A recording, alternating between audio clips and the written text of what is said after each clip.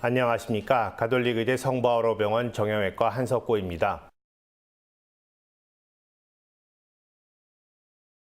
우리나라는 OECD국 가운데 고령 연령층이 가장 빠르게 증가하고 있습니다.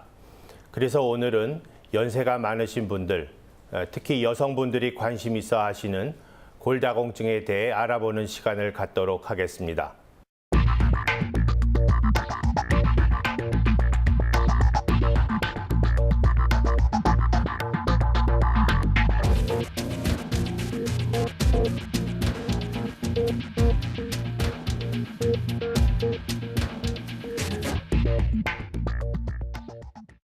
오늘 말씀드릴 내용은 골다공증이란 과연 무슨 병인가? 또 어떤 사람이 잘 걸리는가? 왜 사회적으로, 의학적으로 큰 문제가 되며 관심거리인가? 마지막으로 어떻게 골다공증을 예방하고 치료하는가입니다. 골다공증이란 말 그대로 뼈에 구멍이 많이 생기는 병입니다. 건강한 뼈는 뼈의 성분인 무기질이 촘촘히 구성되어 있지만 골다공증인 뼈는 구멍이 숭숭 커져 있고 뼈의 지지대가 가늘어집니다. 뿐만 아니라 외부 충격에 취약해져서 뼈가 쉽게 부러질 수 있습니다.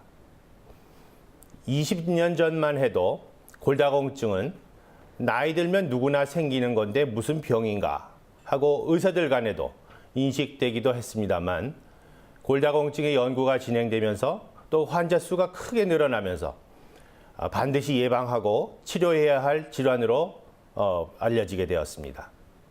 WHO, 세계보건기구에서는 골다공증을 다음과 같이 정의하고 있는데 뼈 성분이 빠져나가 뼈의 전체 양이 감소하고 구조적으로도 이상이 생겨 결과적으로 뼈가 약해져 부러지기 쉬운, 즉 골절의 위험성이 커지는 전신질환이다라고 정의하였습니다.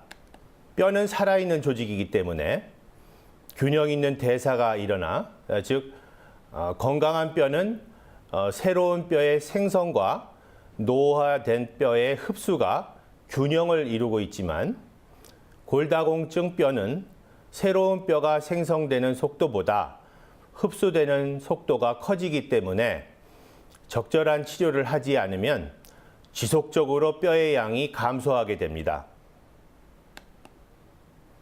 뼈의 양, 즉 골양은 출생 후 원만하게 증가하다가 청소년기에 급격한 속도로 증가해 30대 후반에 최대 골량이 형성된다고 알려져 있습니다.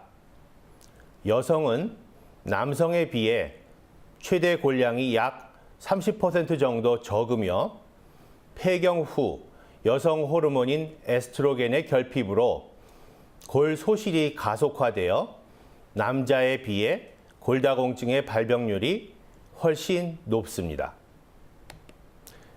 골다공증은 발생 원인과 임상적 특징에 따라 1차성과 2차성 골다공증으로 나뉘는데 1차성 골다공증은 골다공증을 일으킬 수 있는 다른 질환의 동반 없이 발생하는 것을 말하며 이는 다시 폐경 후 골다공증과 노인성 골다공증으로 구분합니다.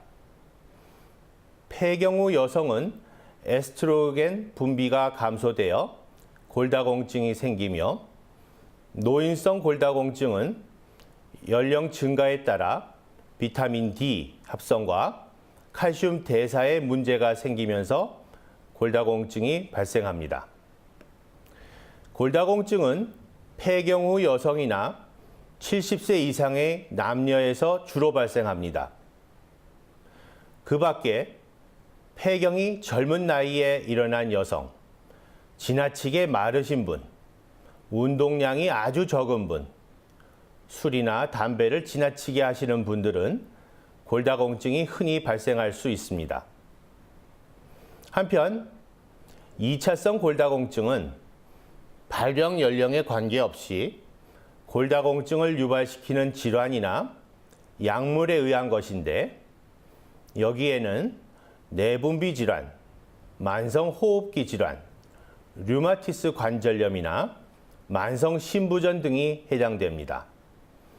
또한 골다공증을 일으키는 약물은 부신피질 호르몬, 갑상선 호르몬, 헤파린 등이 있습니다. 따라서 이러한 질환이 있거나 약물을 복용 중이신 분께서는 골다공증을 염두에 두시고 전문의와 상의해 주시는 것이 필요하겠습니다. 골다공증의 진단은 엑스레이보다는 골밀도 검사가 유용한데, 골밀도는 나이, 성별, 종족간, 정상 성인의 평균값과 비교해서 소위 T 점수로 표시합니다. 세계보건기구에서는 T 점수가 마이너스 2.5보다 낮은 경우 골다공증이라 진단했으며, 마이너스 1.0에서 마이너스 2.5 사이인 경우 골감소증이라 정의합니다. 또한 국민건강심사평가원에서는 65세 이상 여성과 70세 이상 남성, 조기에 폐경이 된 여성, 저체중 또는 과거 골절을 경험하였거나 고위험 약제를 복용하는 폐경기 여성, 그 밖에 골다공증을 유발할 수 있는 질환이나 약물을 복용하고 있는 환자분들께 골밀도 검사를 권장하고 있습니다. 골밀도 검사 외에 혈액과 소변의 생화학적 검사를 시행해서 뼈의 대사 불균형이 얼마나 심한지, 골다공증이 얼마나 빨리 진행되고 있는지, 골다공증 치료가 효과가 있는 건지 없는 건지 등을 진단할 수도 있습니다. 그 밖에 2차성 골다공증 여부를 알기 위해 신장이나 간 기능 검사, 갑상선 기능 검사 등을 시행할 수 있습니다. 골다공증에 관해 신문이나 방송에서 거의 매일 기사가 이루어지고 있는데요. 왜 이렇게 큰 관심을 두고 있는 질병인가? 여기에 대해서 말씀드리자면, 첫 번째로는 고령화 사회로 고령 인구가 매우 빠르게 급격하게 증가하고 있다는 것입니다. 따라서 골다공증성 골절의 발생이 우리나라에서도 크게 늘어나고 있습니다. 우리나라에서 시행된 한 역학조사에 의하면 50세 이상의 여성이 거의 절반 가까운 인구가 골다공증 또는 골감소증으로 진단되었고, 2002년도 시행한 한 조사에서도 고관절 골절이 10년 전에 비해 약 4배 정도 증가하였다고 보고되었습니다.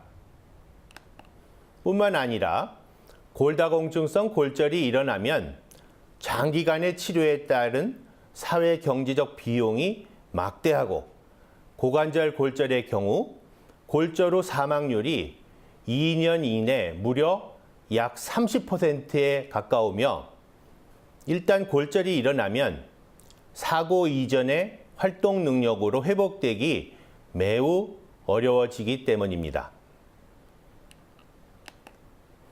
골다공증에 의한 골절은 척추 골절이 가장 많고, 그 밖에 고관절, 손목, 어깨나 발목 등 다양하게 발생할 수 있습니다. 특히 고관절 골절은 수술적 치료가 필요한 경우가 많고, 반대측에 새로운 골절이 발생 위험이 커질 뿐만 아니라 골절에 의한 사망률이 높아 예방하는 것이 최선책입니다.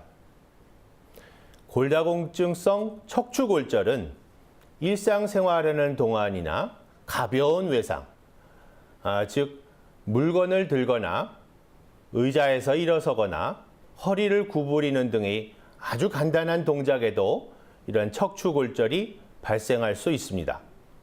손목골절은 50대 이후, 척추골절은 60대, 고관절 골절은 70대 이후에 잘 발생하는 것으로 알려져 있습니다.